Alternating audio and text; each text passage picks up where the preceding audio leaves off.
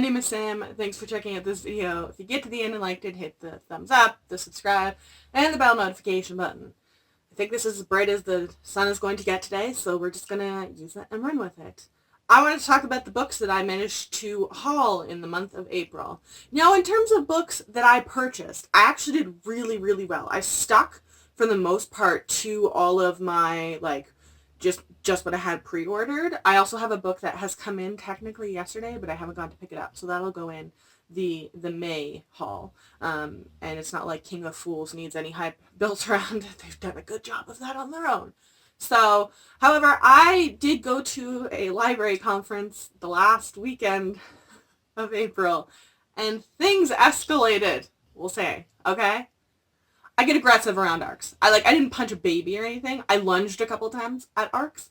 And then it helped because I had people that I recognize and they recognize me from conferences come up to me like, you read a lot of YA, what should I be grabbing? So I got to live through them being like, oh, pick this one up.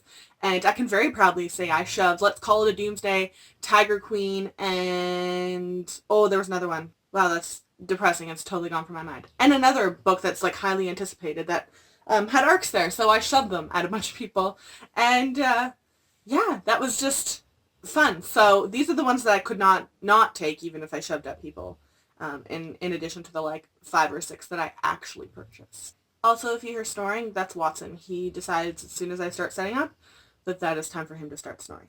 The first book that I picked an ARC up of was The Strangers by Margaret Peterson Haddix. This actually came out in April, I want to say April 9th?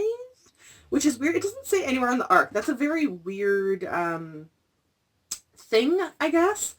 Just says 4/19. So I know it came out in, I believe, early April. It's a middle grade. What makes you you? The Greystone kids thought they knew.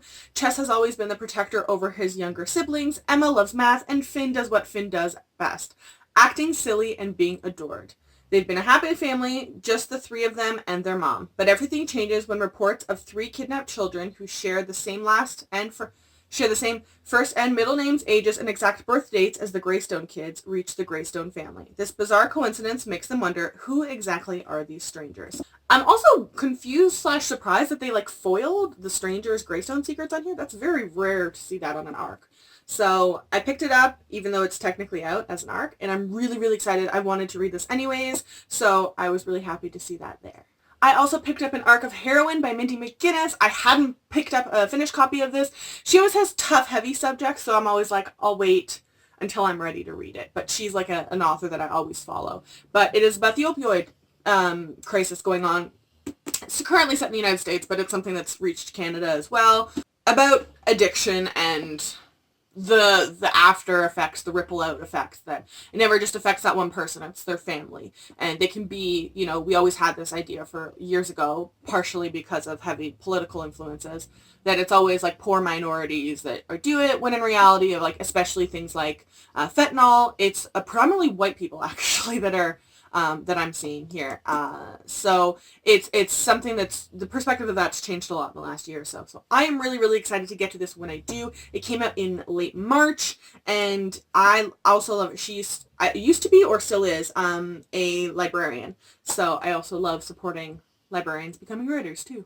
I got what I think was the only copy of this ARC at the conference. I'm so excited.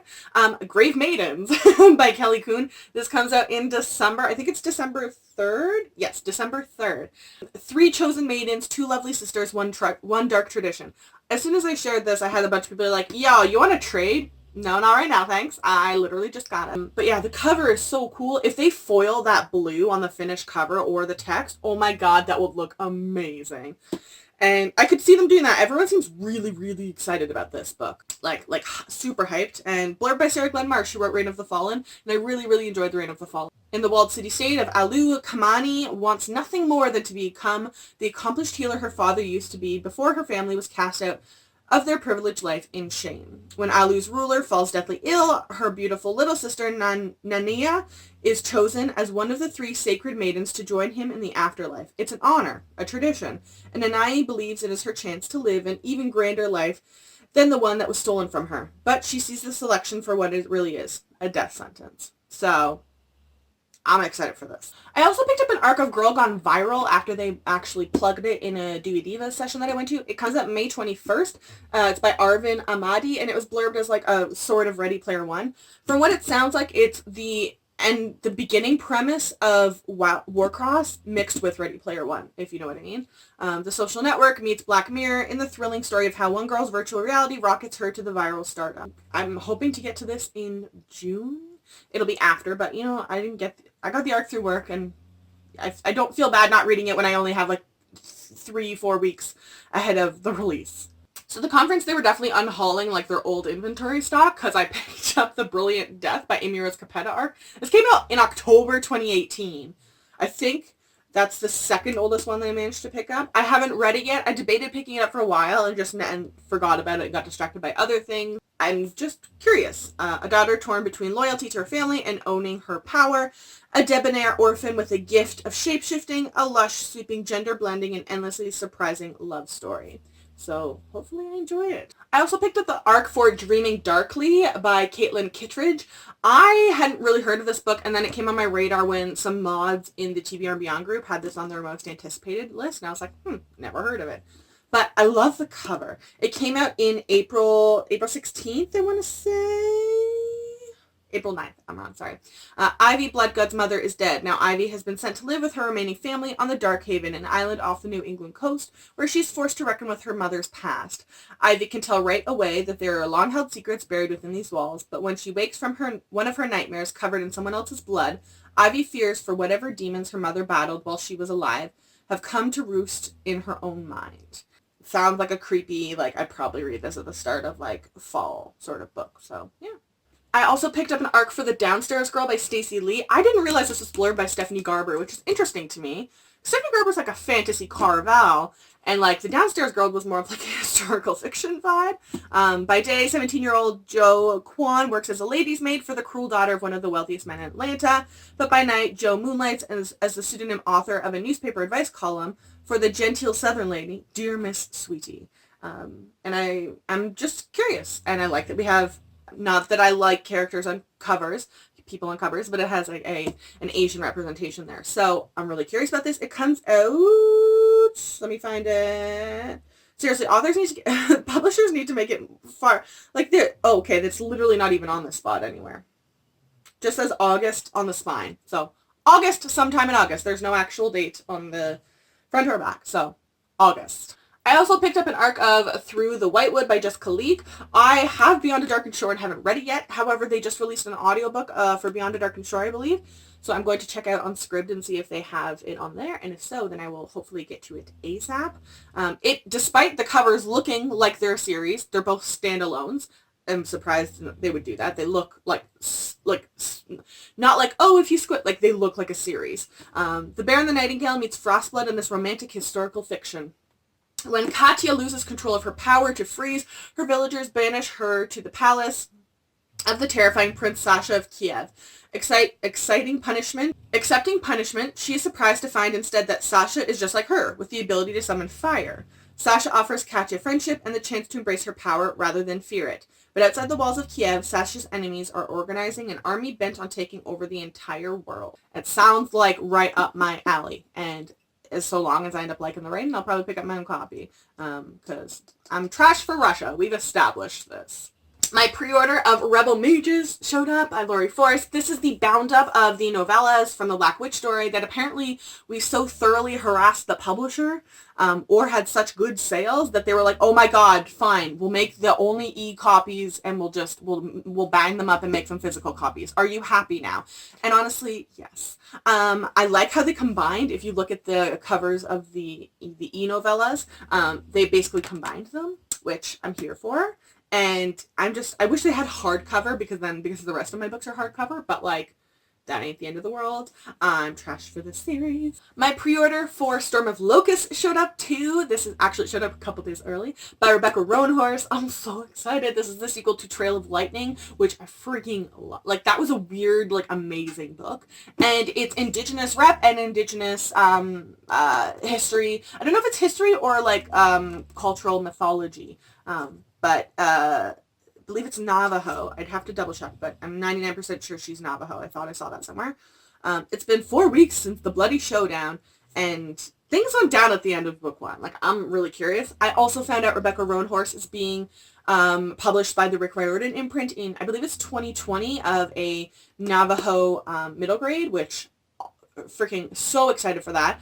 I remember like a couple weeks ago I saw some like meme that was like, there are 2 types of authors in the world. There's people like J.K. Rowling who sit there and pretend that they're diversity, and then there's people like Rick Riordan who lift up diverse voices. And I was like, I love Harry Potter, but that's true. So I'm loving that's coming. And then she also has like another series that's supposed to start in like 2021, I think. That's like a matriarchy fantasy, which I'm also really curious for, because a lot of Indigenous communities were actually matriarchal. So I'm really, well, until the Europeans got a hold of them. So I'm really curious about that, and I'm just going to keep following her. I really, really like her. And yes, I just confirmed Navajo legend on the way back. So, yeah. I also, from my wonderful friend Joanne, received a copy of Ember and Dust by Lyra Celine. She accidentally got 2. I think she kept the exclusive edition one that she got, and then I got this one. And I'm just like, I had heard of it, but and I liked the cover, but I had just like wasn't sure if I wanted to read it. I deserve the chance to find where I belong, to find a world forged in sunlight and honed in dreams, as perilous and intoxicating as the colors spilling jewel bright from my fingertips. And I've heard like decent things from the people. Oh, I didn't even notice that. There's a book plate. Oh, she sent me a book plate too. God bless. Joanne, you're so nice. Yeah, I wasn't running from the darkness at the edge of nowhere. I was running towards the light at the heart of the empire. And I'm just excited for that. I don't want to read much more else. And I hope to get to this one soon. I think I'll try and get to this in the summer. I also, because I have no self-control, went into the store to pick up my copy of Rebel Mages, and probably Storm of Locusts, and ended up being like, the Devouring Grace, so pretty though, and bought it. By Christine Lynn Herman. It sounds like it'd be something that I might enjoy, so I was like, okay, like kind of interested. And then it was blurred by Claire Legrand, and I didn't mind Fairyborn. And then the cover's like that, and then like the undercover is like a teal, and I was like, oh, sold. Fine, using the teal. You got to keep using teal publishers, because I'm trash for it, and it works. And the end pages are like forests. I should show that too. Branches and stones, daggers and bones, they locked the beast away. And I'm curious about this. It's also blurred by Amanda Foody and E.K. Johnston, and I seem to really enjoy both of their works too. And it's a debut work. It's always nice getting some new fresh voices. So I hope to read this one probably again around the fall. Just the vibes I'm getting like closer to Halloween. The wonderful Annie Sullivan was nice enough to send me an arc of Tiger Queen. This is her new standalone. It's a book between A Touch of Gold, which came out last year. There's a book 2 to Touch of Gold, but it comes out next year. So this is the in-between. Sand in Her Veins, Blood in Her Sword, A Kingdom in the Balance. It is a retelling of an old like short story. It's a retelling of Frank Stockton's famous short story, The Lady or the Tiger. It sounds almost like very gladiatrix-ish too, which made me even more curious. It's not super big either, so I think I can squeeze this one in really quick. And it comes out September 10th. So make sure to pick it up. And yeah, if you haven't read A Touch of Gold yet, I'd recommend that one too. It was really fun. It had a lot more pirates in it than I was expecting, which was a wonderful surprise. I also picked up an arc of Shouting at the Rain by Lindy Mullally Hunt. It comes out... Oh my god, seriously, why is it so difficult to just put the freaking release date on these things? It just says May 2019 on the spine, so it comes out in May. She is also the author of Fish in a Tree, which apparently was a really popular and like well-awarded book. I've never heard of it, but that's just probably me. But yeah, this is a middle grade, and there's something about a girl like using the weather and like being obsessed with the weather, and it like tends to mimic her emotions, sort of thing. So for work reasons, I picked this up, and hopefully it'll be something that'll fit into our collection building categories. I also picked up The Spinner of Dreams by K.A. Reynolds. I love this cover here. Like, yes. I'm also insanely curious because it's compared to Neil Gaiman, which, like, high-key, I'm obsessed with that man for a variety of reasons. These people get stuck and there's, like, The Spinner of Dreams or The Spinners of Evil. And I thought it was going to be like, I asked and I was like, is it going to be book 1? And then the first one's Spinner of Dreams and then the other one's going to be like a Spinner of Nightmares or whatever. And they're like, no, it's a standalone. So curious. It's a middle grade. She's also from Winnipeg, Canada. So woot woot, another Canadian author discovered. I also picked up an arc of Spin the Dawn by Elizabeth Lim. Now it says on here it's coming out in July 2019, July 30th. However, I know this book's publication got pushed up. I don't know if this is the new date or the old date. So double check that. I also like that they've included in the bottom, Spin the Dawn is her first original novel, and its companion, Unravel the Dusk, will be published in summer 2020. So we already know next summer we're getting the companion to it as well. A gifted tailor in disguise, 3 legendary dresses, the competition of a lifetime. That sounds like a Sam book. And my friend Meg read it, and she really enjoyed it as well. So I'm just excited. I also love the cover design, that it's got like the illustration textures, and also it looks like Asian character. So I'm loving that. I also picked up an arc of The Demon World by Sally Green. This is the sequel to Smoke Thieves. Smoke Thieves was a surprisingly enjoyable read for me. I wasn't expecting it to like as much as I did. I'd read Half-Blood before, and it was a very weird book. But Smoke Thieves really, really worked for me. So I lunged at the chance to pick this up. This comes out in August as well, August 6th. And I'm just excited. I think this is set to be a trilogy, and I like that they've kept the cover schemes, at least for the US covers. I haven't seen what the UK cover looks like this time, but yeah. This book came out in November 2018, The Incredible Story of the Making of the Eve of Destruction. I've wanted to read this book since I just randomly found it on Goodreads like months before it came out because of the title alone. By Amy Brashear. It sounds hilarious. Just that run-on sentence, shoving as many words into it, excessively. I always love titles like that. It's like Panic at the Disco, right? They're notorious for their song titles. So, yeah, I just know it's 1984, and it's about, D-Day, I believe it is. Or not D-Day, sorry. Whew, mixing things up. But, about, the atomic bomb whole thing, and, nuclear holocaust, that whole craze that was especially during the Cold War. I think that's what this is about, so I'm excited to read this. I also picked up an arc of Lifelike. If you ask yourself, that came out a while ago. Yes, it did. Last May. However, I got the arc of it, and then my friend Muriel is obsessed with J. Kristoff, so I sent my copy arc to her for her collection. She's literally ordered, I think, 9 subscription boxes for the Dark Dawn release. It comes out in September. Girl, high-key obsessed. I love J. Kristoff, not that much. I wanted an arc for myself, so I saw that and happily picked it up, and that's going to be put in my collection. On the off chance that he ever does come to Canada, he is technically coming to Canada. He's coming to Vancouver area, and that's the only tour date they're doing in Canada. And unfortunately, that's a day and a half drive for me each way, and I can't afford to go, so that's disappointing. But I have this, and then if he ever does, I will get it signed. And I really, really, really love Lifelike. And along that same wavelength, I got an arc of Deviate, which also comes out. It says May here, but they actually pushed publication because I think they last minute realized that he had 2 books coming out in May.